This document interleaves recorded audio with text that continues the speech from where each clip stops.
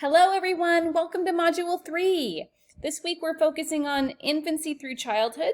We will start off with infancy, we will take a look at early childhood, and then finish off in middle childhood. This is basically from day 1 to about age 11. That is a lot of content. So you're doing the right thing by checking out the introduction video, so way to go. And you can see our materials for the week are right here. We have our infancy through childhood reading. This reading is very long because it's covering such a long span of time. You'll notice though it goes in an order. So it starts off focusing on 0 to 2 years old. It will start with physical development. Then it will go into a discussion on breastfeeding and nutrition, and then we'll enter into cognitive development. We will explore Piaget once again. There's a lot of embedded videos that I hope that you will take the time to view because they're very helpful in understanding the various stages of development. And as you scroll down, we will then touch on language development and then get into psychosocial development and attachment. Then you get to revisit Erickson's stages of development again, as many of you did last week with your Theris poster.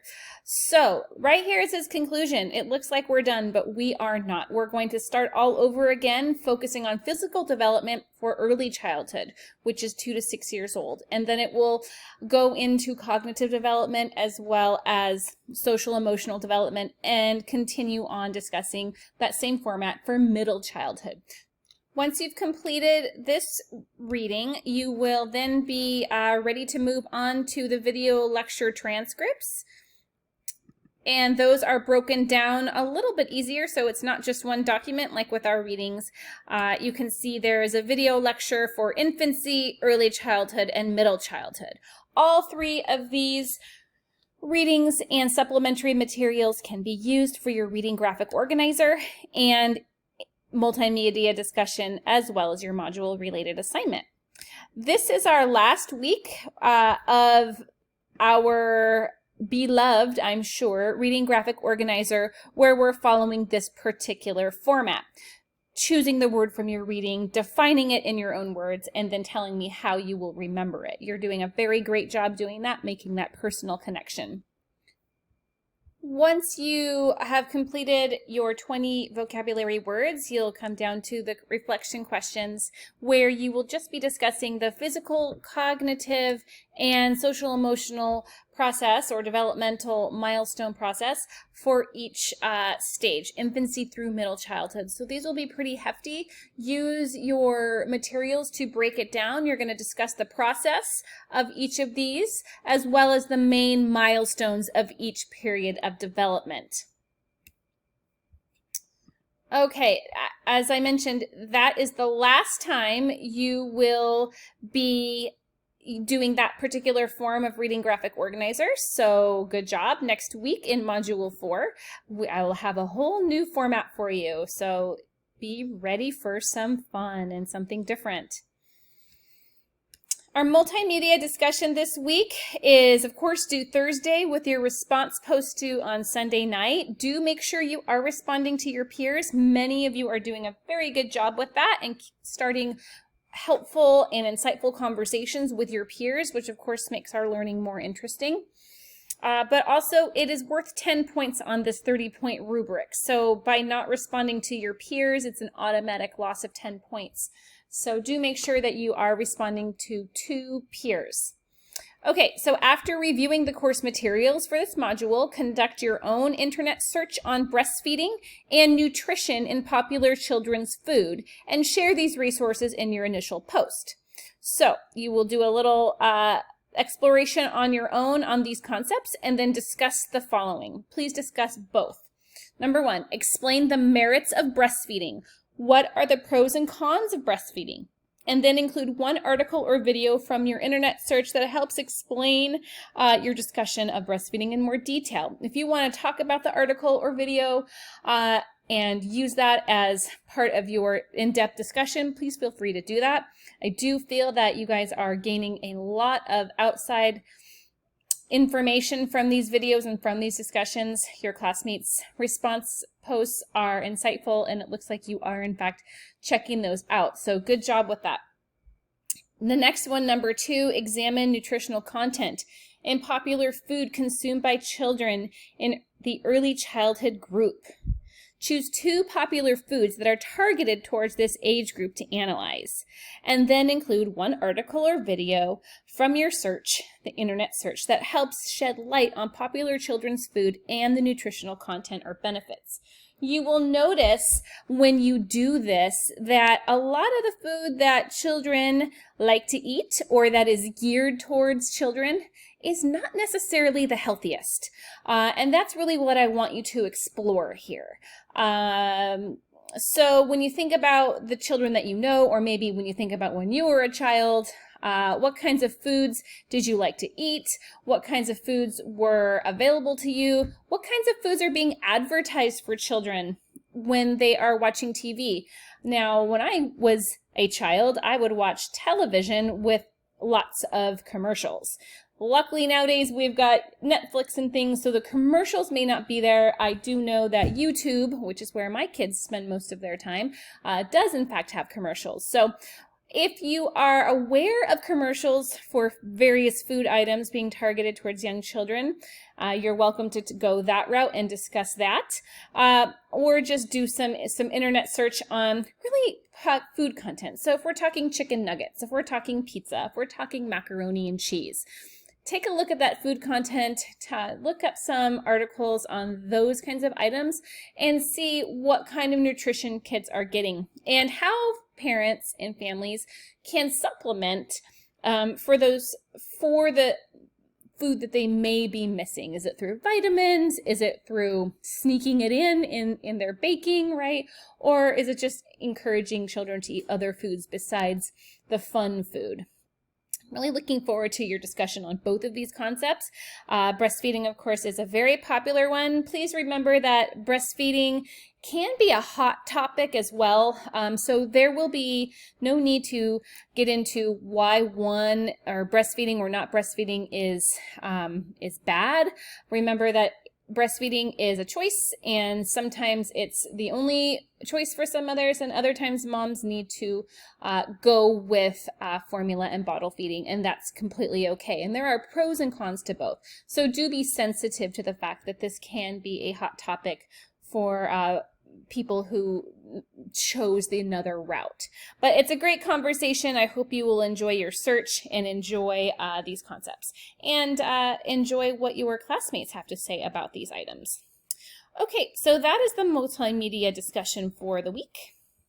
The last thing you have to do is complete your module related assignment, and we are going to be doing a newsletter this week. You are going to create a newsletter using any mode of your choice. I have recently become a fan of Adobe Spark. It's a really cool newsletter creating site, as well, of course, and you guys have already become familiar with PictoChart. I love that one as well. You can use Publisher, you can use Word, you can use Google Documents, or Google Slides, whatever's going to work for you. But if you're in the mood for trying something different, check out Adobe Spark. It's pretty user-friendly, and you can make very beautiful newsletters. Again, I am not partial. I'm just giving another suggestion. So your newsletter is for parents and community. So you're going to be giving parents and community important information on these hot topics. You are going to do an internet search again, so please include at least one outside resource per topic that supports parents. So if you are, for example, if you choose to discuss language development, for example, you might suggest families to check out First Things First. And this link just takes you here, possible resource to share with families that discusses language and literacy development. It also has a helpful video for parents and gives you additional information. So within your newsletter, if you're going to talk about language development, you would give us the information, talk about language development, and then say, parents, for more information, check out this helpful resource, or this great article, or this website or organization for additional support. that's how it should look. So the article should, or the resource should be at the end of your discussion of the topic, and should be available for parents to click on. So if it was a e-newsletter, they would read the e-newsletter on their phone or their tablet or their computer, and then they'd be able to click out and check out that additional source. So you have multiple topics to choose from. These are the 5. So out of these 5, choose 2 that would be helpful and insightful for parents to know about. Number 1, explain language development from birth through childhood. Include ideas such as babbling, first words, holophrasic speech, and over-regularization, etc. Another topic that you could also include would be infant-directed speech, or mother-ese. This goes along with babbling, and it's part of that language literacy component. As we know and have learned in our research, language literacy, language development begins at birth. It starts from day 1, being founded on attachment. So definitely do a deeper look into your readings on this. Do some searches. Again, check out infant-directed speech as well as mother-ese. They're the same thing. Mother-ese is just another word for infant-directed speech. And it just gives an understanding of what exactly we as caregivers and parents, how we communicate with infants, and how that can really build wonderful neural pathways for language development. Next one is discuss the impact of stress on development. Include all 3 domains: physical, emotional, and social emotional. Stress is a big one. You might want to check out toxic stress and how that impacts brain development as well as physical and social emotional development. There's been a lot of research on how stress can really impact children. And when I was a kid, my parents said, "You have nothing to be stressed about." They did not realize how stressed a child can truly be. Especially with everything that's been going on in our world recently, this could be a very helpful topic for parents. Number 4, illustrate animism, egocentrism, and centration using children's games or media. Find one example of each and explain how it reflects these concepts. What can parents do to protect children from harmful media and games? This could be an interesting one, especially for middle childhood, if that is your focus. And number 5, prepare recommendations to avoid health risks in school-age children. Consider what you have learned about nutrition and physical activity. Incorporate the problems you know about this with respect to the age group when preparing your recommendations. So if you go with number 5, I would say focus on a particular age group, whether it be infancy, early childhood, or middle childhood. And just focus there, because otherwise there's a little bit too overwhelming amount of content. Okay. Remember to choose an outside source to give parents additional information. Once they read your newsletter, give them something else to click on that will give them even more insight. Please make sure to cite your source. Let's check out, well, let's not do that. Let's look here. You can see this assignment is worth 50 points, as all assignments are. Module-related assignments, 30 points for an in-depth informative newsletter created using 2 out of the 5 topics, not 7. Each topic is explored in detail and reflects students' learning. You get 10 points for using an outside source or outside link for each topic. So to include 2 outside sources, you get your 10 points. And you used appropriate visual appealing format. It is correct grammar, English, and spelling, and properly cited. This is not a writing class. I am not particular on your citations. If you want to use works cited, if that's what you know, if you want to use MLA format or APA format, I'm going to allow you to choose what works for you, but do please make sure at the end of your assignment that you do have your sources listed, as I would have my sources listed here. Okay, everybody, if you have any questions about Module 3, please email me through Canvas, and I hope you have a fantastic week. Again, have a great week, and I will see you next time. Thanks, everyone.